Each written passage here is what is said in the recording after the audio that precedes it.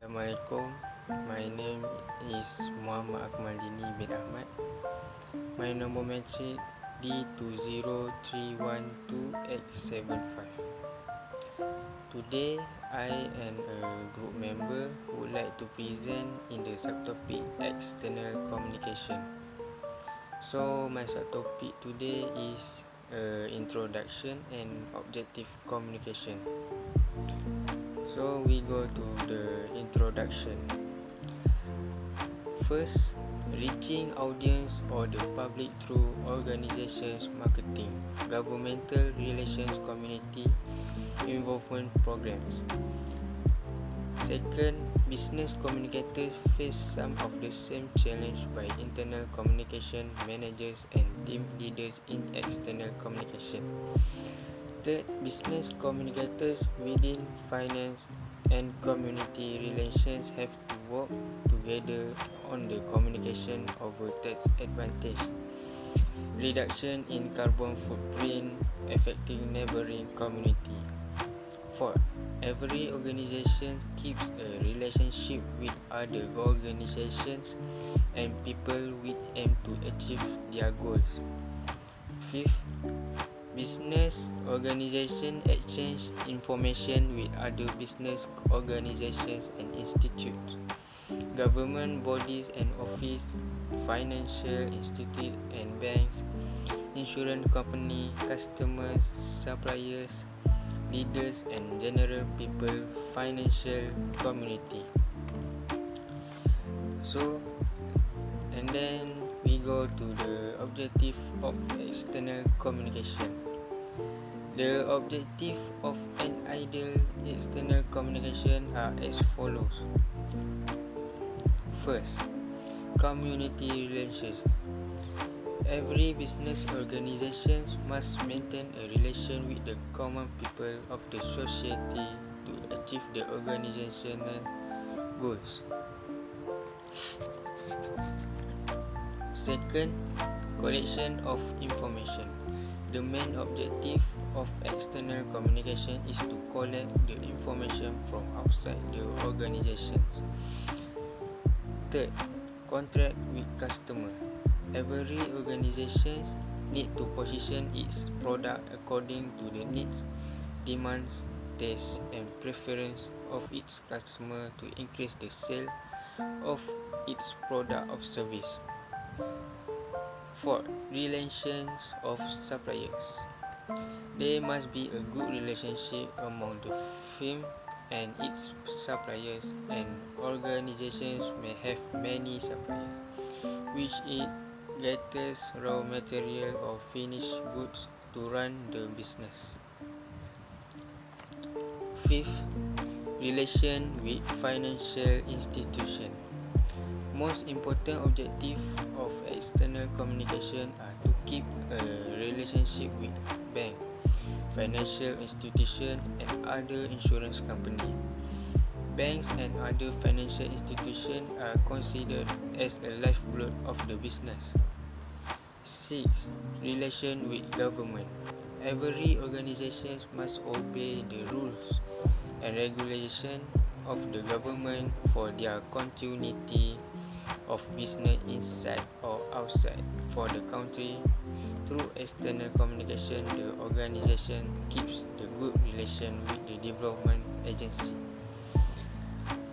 7. Shareholder relation. Owners of the company are known as shareholders. The board of directors is responsible to inform all the business financial activities to the shareholders. External communication is necessary shareholders and management to run the business smoothly. 8. Others include relation to regulatory bodies and to keep the good image of the reputation of the company among community and other international government relations. And so far, in business communication, the most important thing is the customer. Building a strong relationship with customers, the company makes sure to deliver and provide according to customers' needs and wants. Next, action plan.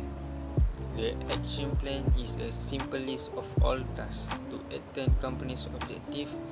The marketing communication plan shall be a separate segment within a company's overall marketing plan. Analysis of target market, product, price, promotion and distribution, advertising, public relations campaigns. Hallmarks for the actionable plan is a first analysis, second strategy, third implementation, fourth measurement, and last coordinating message. It is usual to have numerous professional staff members to contribute in a marketing communication plan. Expertise from every area come together as a project team for consistency and continuity in the final plan. Team tactics give every member an opportunity to learn from each other and helps to strengthen the relationship between the dissimilar meshes and help to manage them in an overall strategy.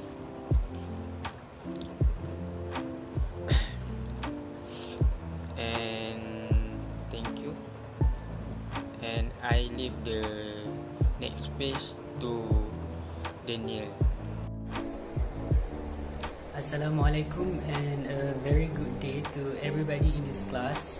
I am Muhammad Daniel Hakim bin Muhammad Razali, matrix number D20312964, and I will continue presenting on the topic 3.1 about objective of external communication, because it is a long topic and we tried to distribute this topic fairly between myself and Akmal, my team leader. So the next point that I will be presenting is about getting the right timing. So for this particular point, the right timing will produce a precise result that will lead to success. So next is measuring result. It is a method that has been used by communication experts to track performance and results of communication channel. So next is community outreach. So the meaning of community outreach is the decision to support community programs, and through this program it can extend an organization's reach. For examples, generating programs such as blood donation camps or campaigns to fight cancer, and the employees would spread messages about the importance of service and offering. So from this, a company can also make ties with larger community while supporting events and or non-profit organization. So the next point is choosing an option to complement your business. So for example, a company that produces toxic chemical in manufacturing will develop a continuous community outreach plan that promotes safe practices and describe precautions taken by workers at every level. An accurate option is made to cater the capability of the company expertise with serious consideration of the plan. So as next is planning the campaign. So for this point, usually it's the communicator inside the organization's plan. So there are a few elements, which is first, establish goals and objectives. Second, list of events and activities. Third, define participating audience, groups or public. Fourth, schedule messages and determine communication channels. Fifth, review and measure outcomes. Next point is review objectively. An organization must objectively review the efficiency of every campaign and see whether it obeys the stated objective and help to change the perspective of the organization in a constructive way. Feedback from audience is necessary for conducting post-event survey. So the next point is building goodwill. An organization creates goodwill due to their action, and then perceptions are characterized by acceptance, involvement, and understanding. The next point is external communication is used for organizations' environmental policy targets as well as operational performance, environmental condition, and management performance indicators are meaningfully defined by external communication. So from this point, dapat dirumuskan kat sini objektif external communication ni adalah untuk improvekan lagi prestasi organisasi itu, dan dia nak adakan hubungan dengan pihak lain lah, hubungan yang baik lah dengan pihak lain. Selain itu, dia nak jaga image baik organisasi dia untuk kuatkan lagi reputasi dia di mata pihak luar. Jadi itu objektif dia untuk adakan external communication. Next is about topic 3.2, which is key principles of external environmental communication. So it needs to tend the need of both the organization and its stakeholders with those the organization anticipates communicating. It should not differentiate audience based on their language, technical skills, race, or other factors. It should be unbiased because the data sources must be clear and available to its audiences in terms of language, posters, and presentation. So untuk point ni, dia nak kata organisasi yang hendak maju ke hadapan perlu pegang kepada prinsip-prinsip yang dimaklumkan tersebut dan berfikiran lebih terbuka, lebih sensitif dan teliti dalam sesuatu perkara untuk elakkan persoalan yang boleh mendatangkan masalah pada organisasi tersebut. So that's all from me. Pardon me if there is any mistake in my information. Hope you to understand completely, and I will pass this presentation to my other team members. Thank you. Hello and Assalamualaikum. My name is Muhammad Izman Hafiz bin Aizan Nasrim, and my matric number is D20312988. So my subtopic is scope of gradients on external communications. There are two kinds of gradients on external communication: process-oriented as well as product-oriented. The process-oriented gradients focus on the process of developing and implementing an external communication program. Product-oriented involves specific assistance and information products, such as environmental reports, government policies. It is also likely that both types of gradients are combined in a single document.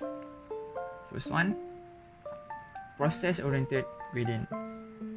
Gradients covers the main principle and the essential element for the process of external communication additional to certain organizations' activities, such as recognizing objective and audience for external communication program, issues related to confidentiality can be identified by existing information which may relate to current information need. Identifying the types of information to be communicated. So this may be performance indicators of different types as appropriate to the needs of the audience, in which format should be communicated. Responsibilities for external communication include data collection, analysis, validation, and dissemination. Quality monitoring, adjusting performance, and effectiveness if necessary for effective external communication. Guidance should highlight on communication strategy, including discussion with key stakeholders, local community, government regulators, and other intended parties. This guidance should also include environmental information in external communications.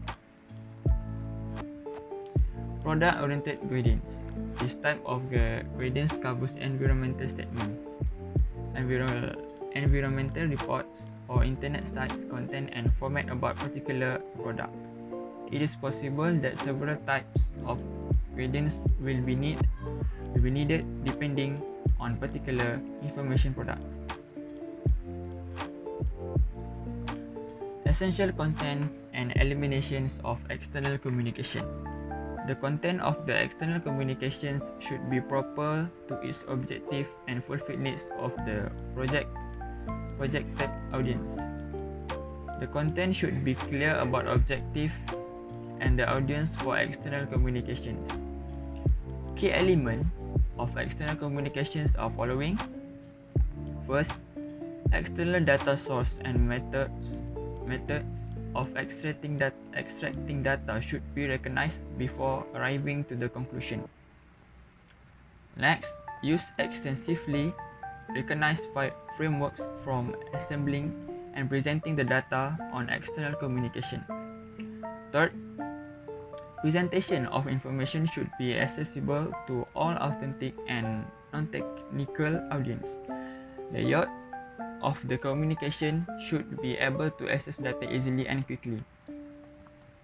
The fourth, technical terms, abbreviations, and marks should be defined initially and avoid unnecessarily technical or obscure language. Last one, prominence and emphasis should be given to potentially significant environmental issues. So that only for me. Thank you. Assalamualaikum and hi, my name is M.Nursyazwan and my metric number is D20212711. My subtopic is form of external communication. External communication depends on an organization, purpose and projected audience. Okay. External communication is a two-way activity. There are few forms of external communication, and the first one is can produce a special printed or electronic documents and disseminating them to concerned audience and making them publicly available through library or internet site, and this will make things easier. And to increase your credibility, the reports might be validated by a third party, and also we make audience more confident.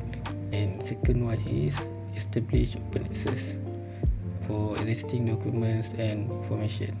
Diamond open access refers to open access journals that are free for readers to access journals, and they are for free for readers to access and for authors to publish in.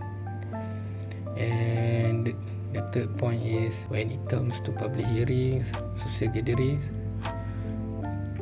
public meetings, exhibitions, open door events, seminars and so on, communication is becoming increasingly participatory. Okay. Last but not least, creating hotlines and other service to disseminate information and collect feedback from stakeholders, as well as conducting survey for the latter. And that's all from me. Thank you. Assalamualaikum, I'm M.Nursyazwan, metric number D2312859. I would like to talk about techniques for external communication. As you know, external communication is for people who aren't in our organization, so there must be some formalities for us to talk to, let's say, clients. You have to get into their good side. Keep that in mind that they don't know who you are, and first impression is important so that they can burn your good impression into their memory and approach you with great deals. To begin with, watch your tone and voice. While talking to them, whether it's on the phone or face to face, it is important to take care of your voice. Too loud, people will consider you rude or difficult.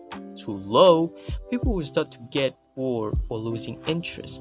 The only solution is to keep your voice moderate and cool. While doing so, stay away from unwanted noises, it's going to be irritating.